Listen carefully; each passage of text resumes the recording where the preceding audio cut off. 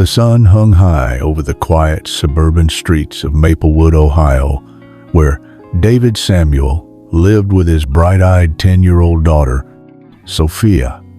The neighborhood was picture-perfect white picket fences, trimmed lawns, and friendly waves from neighbors who never looked too closely. To David, Sophia was his entire world, the light that kept him going after her mother walked out years ago. That morning had been like any other. Sophia sat at the kitchen table, sketching with her colored pencils while David flipped pancakes. She was drawing the two of them beneath their favorite oak tree at the park. "Make sure you get my muscles right," David joked, flexing as he set her plate down. Sophia giggled, holding up the half-finished picture. "You're the strongest dad in the world," she said, grinning. David kissed the top of her head. "Don't you forget it." It was the last time he'd hear her laugh. By late afternoon, the local playground was alive with kids. Sophia had begged to go, and David, distracted by paperwork from his job at the auto shop, had reluctantly agreed. He kept glancing at the clock, an uneasy feeling gnawing at him. Then the phone rang. Before he even answered, he knew. The voice on the other end was a police officer. "Mr. David, you need to come to Maplewood General Hospital immediately. It's about your daughter." David barely remembered the drive. The hospital waiting room smelled of antiseptic and despair. When the doctor finally emerged, her words cut through him like glass. "We did everything we could. Sophia is gone." The official report called it a tragic accidenta. Fall from the jungle gym, a fatal blow to the head. But as David stood there, numb, something inside him refused to accept it. The funeral was arranged too quickly. Friends and neighbors offered hollow condolences, while Sophia's small white coffin, adorned with gold trim, looked painfully out of place among the gray headstones. At the wake, David noticed things that didn't add up. Sophia's face was too pale, too still, and there were bruises on her arms, bruises that hadn't been in the autopsy report. He remembered how the paramedics had avoided his questions, their eyes shifting away. Then he saw it. Dirt under her fingernails. Panic seized him. He turned to his younger sister, Lisa, who had flown in from Chicago. "She didn't have this dirt before," he whispered, his voice trembling. Lisa glanced nervously at the funeral staff. "David, you're exhausted. Let's just let her rest." But David couldn't let it go. That night, he lay awake, replaying every detail, the bruises, the dirt, the way the funeral workers had whispered in the hallway, laughing about not wasting time on people like them. He knew what they meant. The next morning, David drove to an electronics store and bought a tiny hidden camera. The clerk gave him a strange look but didn't ask questions.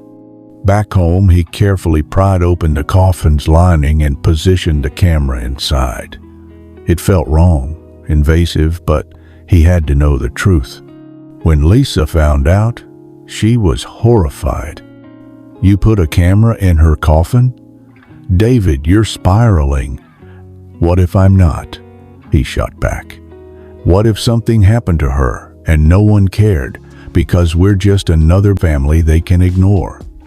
Lisa's expression softened, but her worry remained. "And if you're wrong?" "Then I'll live with it," David said. "But I won't stop fighting for her." That night, he sat in the dark, watching the live feed from the coffin. For hours, there was nothing. Then, movement. A shadow flickered across the screen, a scraping sound. David's blood ran cold. He cranked up the volume, and then he heard them. Voices. "Just get it done. They'll never check." The next morning, David stormed into Evergreen Funeral Home, demanding answers from the director, Mr. Whitaker, a stern older man with cold eyes. There were bruises on my daughter's body, dirt under her nails. What aren't you telling me? Whitaker barely blinked. Bruising is natural post-mortem, Mr. Carter.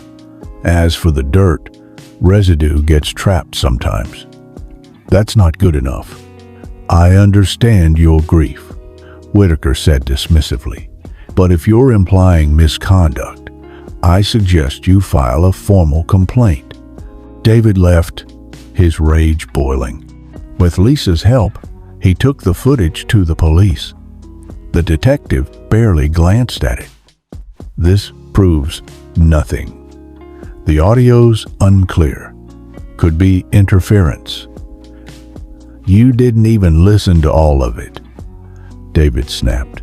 Focus on grieving, Mr. David, the detective said. Not conspiracies. Refusing to back down, David contacted Emily Shaw, a relentless local journalist. She dug into Evergreen's records and uncovered a pattern: missing bodies, falsified documents, and families who'd been brushed off. Then they found Kevin Reynolds, a former employee willing to talk. They've been doing this for years. Kevin admitted of coffee at a diner, reusing caskets, covering up mistakes. They figured no one would care if the families were poor. David's hand shook. Why would they move Sophia's body? Kevin hesitated. Because they were hiding something. With public outrage growing, the police were forced to reopen the case. The trial was brutal. Evergreen's lawyers painted David as a paranoid father, but the footage and Kevin's testimony turned the tide. The jury's verdict? Guilty. The funeral home was shut down. Employees faced charges, but Sophia was still gone. In the months that followed, David founded Sophia's Voice, a non-profit fighting for justice in wrongful death cases. The threats stopped, but the pain never faded. One day, while cleaning Sophia's room, he found her unfinished drawing, the two of them beneath their favorite tree. He framed it and hung it in the living room. Beneath it, she had scribbled, "Always together, Dad." For the first time in months, David stepped outside and breathed. The fight wasn't over, but he would never stop.